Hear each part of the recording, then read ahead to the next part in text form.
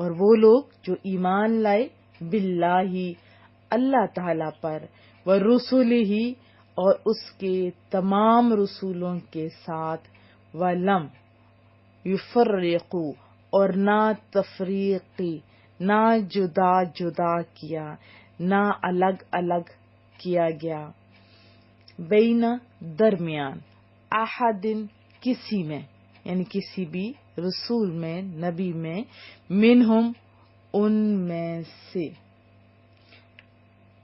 اولئک یہی لوگ ہیں، سوف ان قریب، جلدی ہی، یؤتیہم ان کو عطا فرمائے گا اللہ تعالی، اجور اجر کی جمع، ہم ان کی، یعنی اجورہم ان کے اجر، ان کا ثواب، ان کے صلے، ان کے ریوارڈز جلدی عطا فرمائے گا۔ والذین آمنوا باللہ ورسلہ ولم یفرقوا بین احد منہم، اور جو لوگ اللہ تعالی اور اس کے تمام رسولوں کے ساتھ ایمان لائے اور انہوں نے کسی میں فرق نہیں کیا، ان میں سے یعنی انبیاء میں سے کسی میں بھی فرق نہیں کیا، اولئک سوف یؤتیہم اجورہم، یہی لوگ ہیں اللہ تعالی انہیں ان کے اجر دے گا، وکان اللہ اور ہے اللہ تعالی غفور الرحیم بہت بخشنے والا، بہت رحم فرمانے والا، وکان اللہ غفور الرحیم اور اللہ تعالی غفور الرحیم ہے، بہت بخشنے والا، بہت مہربان ہے۔ وضاحت جان لیتے ہیں۔ اس سے قبل ہم نے پڑھا تھا مشرکین اور منافقین کی خصلتوں کا ذکر، اور اب کفار کا تذکرہ بیان کیا جا رہا ہے، اور کفار کی بھی بہت ساری قسمیں ہیں۔ ایک تو وہ ہیں جو اللہ کو مانتے ہیں لیکن نبوت اور رسالت کے قائل ہی نہیں، اور ایک وہ طبقہ ہے جو بعض انبیاء کی نبوت کو مانتے ہیں اور بعض کی رسالت کا انکار کرتے ہیں۔ جیسے دیکھیں یہودی ہیں، حضرت موسیٰ علیہ السلام کو مانتے ہیں لیکن اس کے بعد کے انبیاء جیسے حضرت مسیح علیہ السلام اور خاتم الانبیاء محمد رسول اللہ صلی اللہ علیہ وسلم کی رسالت کا اقرار نہیں کرتے۔ اسی طرح عیسائی ہیں جو رسول اللہ صلی اللہ علیہ وسلم کو نہیں مانتے، تو فرمایا گیا کہ وہ پکے کافر ہیں۔ اب یہ امر غور طلب ہے کہ جو اللہ تعالیٰ پر ایمان رکھتا ہے اور انبیاء کے ساتھ کفر کرتا ہے اسے پکا کافر کیوں کہا گیا؟ اس لیے کہ جو سلسلہ وحی نبوت کو تسلیم نہیں کرتا، نہیں مانتا، نہ اسے اللہ تعالیٰ کی صفات کمال کا صحیح علم ہوتا ہے اور نہ اسے عبادت کا وہ طریقہ معلوم ہو سکتا ہے جو قرب الہی کا باعث ہو۔ ہم نے ساری عبادات کہاں سے سیکھی؟ حکم ہوا قرآن کریم میں نماز پڑھو، نماز کا طریقہ کہاں سے سیکھا؟ سمجھ آ گئی ہوگی نا۔ جب اللہ تعالیٰ کی صفات تقدس اور کمال کو نہ پہچانا اور اس کی عبادت کے صحیح طریقوں کو نہ جانا تو وہ اللہ کو کیا پہچانا؟ اب دیکھیں ان قوموں کی رسوم اور عبادت کو دیکھیے جو اللہ تعالیٰ پر ایمان رکھتے ہیں لیکن کسی نبی کے پیروکار نہیں۔ اسی طرح فلاسفہ قدیم اور جدید نے جن صفات الہیہ کا اثبات کیا ہے وہ بھی انسان کے لیے کچھ کم پریشان کن نہیں ہے۔ اسی طرح وہ لوگ جو بعض انبیاء کی نبوت کو تسلیم کرتے ہیں اور جن دلائل اور معجزات کی وجہ سے انہوں نے ان بعض کی نبوت کا انکار کیا ہے، اب جب ان سے بھی محکم ترین دلائل اور روشن ترین معجزات ایک دوسری ہستی میں پائی جاتے ہیں تو وہ اس کی نبوت پر کیوں ایمان نہیں لاتے؟ یہ بات لمحہ فکریہ ہے نا۔ تو ان کا یہ ایمان نہ لانا پہلے انبیاء کے انکار کے مترادف ہے، اور خصوصاً رسول اللہ صلی اللہ علیہ وسلم کی نبوت کا انکار کرنا، جن کی آمد کی بشارت اور ان پر ایمان لانے کی تاکید ہر زمانے کے نبی نے فرمائی۔ صرف آپ کا انکار نہیں بلکہ سابقہ مرسلین تمام انبیاء کی تکذیب ہے۔ یقیناً آپ کو بات سمجھ آ گئی ہوگی۔ پھر اللہ اور اس کے رسولوں کے درمیان فرق کرنے کا مطلب یہ ہے کہ اللہ تعالیٰ پر تو ایمان لائے اور وہی رسالت کا سرے سے انکار کر دیا۔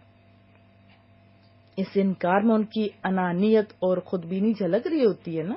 وہ یہ سمجھتے ہیں کہ انبیاء کی تعلیمات تو ناقص اور ناکافی ہیں، اس لیے ان کی عقلی مشگافیوں کی بڑی ضرورت ہوتی ہے۔ اب وہ لوگ جو اللہ کی اطاعت کے تو قائل ہیں لیکن اللہ کے رسول کی اطاعت سے گریزاں ہیں۔ اب سوچیں نا، حالانکہ اللہ تعالیٰ نے اپنی اطاعت کے ساتھ رسول کی اطاعت کا حکم بھی دیا ہے، اب وہ ذرا غور کریں کہ وہ بھی کہیں اللہ اور اس کے رسول میں تفریق کے مرتکب تو نہیں ہو رہے۔ لمحہ فکر کیا ہے۔ اور اسی طرح ایک اور طبقہ ہے جو معجون بنا رہا ہے۔ اسلام اور کفر کی معجون مرکب بنانے کا خیال یہ کچھ نیا نہیں ہے، یہ بھی بڑا پرانا ہے۔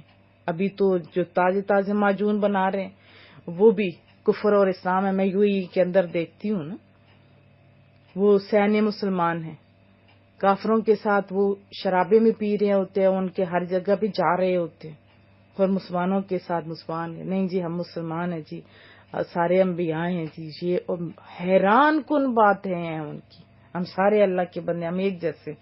ٹھیک ہے جی، تم نئی معجون بنا لو۔ تو ان لوگوں کے علاوہ جن کا ذکر اس آیت میں ہو رہا ہے، ہماری اپنی تاریخ پہ اگر دیکھیں تو وہ بھی جیسے اکبر شہنشاہ تھا، اس نے بھی تو معجون بنائی تھی نا۔ اور دارا شکوک کے بعد آج بھی کئی افراد جو معجون بنا رہے ہیں وہ دھوکے میں ہیں۔ کافر الگ ہے، مومن الگ ہے۔ ان یتخذوا بین ذالک سبیلا، اس میں واضح بتا دے وہ تیسرے معجون بنانے والے لوگ۔ تو واضح دلائل بدلنے کے بعد پھر آخر میں فرمایا کہ جو لوگ اللہ اور اس کی تمام صفات تقدس اور کمال پر یعنی بغیر تفریق کیے تمام رسولوں پر ایمان لاتے ہیں تو پھر ان کے لیے اجر عظیم بھی ہے، اور کہا ان قریب ملے گا۔ اب یہاں پہ ایک اور مسئلہ بھی ثابت ہوتا ہے کہ اگر کوئی مسلمان اللہ اور اس کے رسول اور تمام انبیاء پر ایمان تو رکھتا ہے لیکن گناہ کبیرہ کا مرتکب ہے تو اس کو کس زمرے میں شامل کیا جائے؟ پہلے قرآن کریم میں دیکھ لیتے، سورۃ الحجرات میں ہے وَإِن طَائِفَتَانِ مِنَ الْمُؤْمِنِينَ اقْتَتَلُوا، اور اگر مسلمانوں کے دو گروہ آپس میں لڑ پڑے تو اس سے پتہ چلا کہ کبیرہ گناہ کا ارتکاب کفر نہیں، کیونکہ یہ لڑنا، یہ دیکھیے کہ مومن کی شان تو نہیں ہے نا۔ فرمایا کہ دو مومن گروہ آپس میں لڑ پڑے، کیونکہ جنگ و جدال گناہ ہے لیکن دونوں گروہوں کو رب کریم مومن فرما رہا ہے۔ بخاری شریف کی حدیث طیبہ بھی پڑھ لیتے ہیں۔ حضرت ابو ذر رضی اللہ تعالیٰ عنہ فرماتے ہیں میں رسول اللہ صلی اللہ علیہ وسلم کی بارگاہ میں حاضر ہوا تو آپ صلی اللہ علیہ وسلم سفید کپڑے پہن کر آرام فرما رہے تھے، پھر میں دوبارہ حاضر ہوا، آپ بیدار ہو چکے ہوئے تھے جب آپ نے ارشاد فرمایا جو بندہ یوں کہے کہ اللہ کے سوا کوئی معبود نہیں اور اسی وعدے پر اس کا انتقال ہو جائے، یعنی وہ فوت ہو جائے، انتقال ہو جائے، تو وہ جنت میں داخل ہوا۔ میں نے عرض کیا خواہ اس نے زنا یا چوری کی ہو؟ ارشاد فرمایا خواہ اس نے زنا یا چوری کی ہو، اور 3 دفعہ سوال دہرایا گیا، 3 دفعہ سیم جواب ملا، تو پھر آخر میں فرمایا خواہ ابو ذر کی ناک خاک آلود ہو جائے۔ بخاری شریف کی حدیث طیبہ ہے۔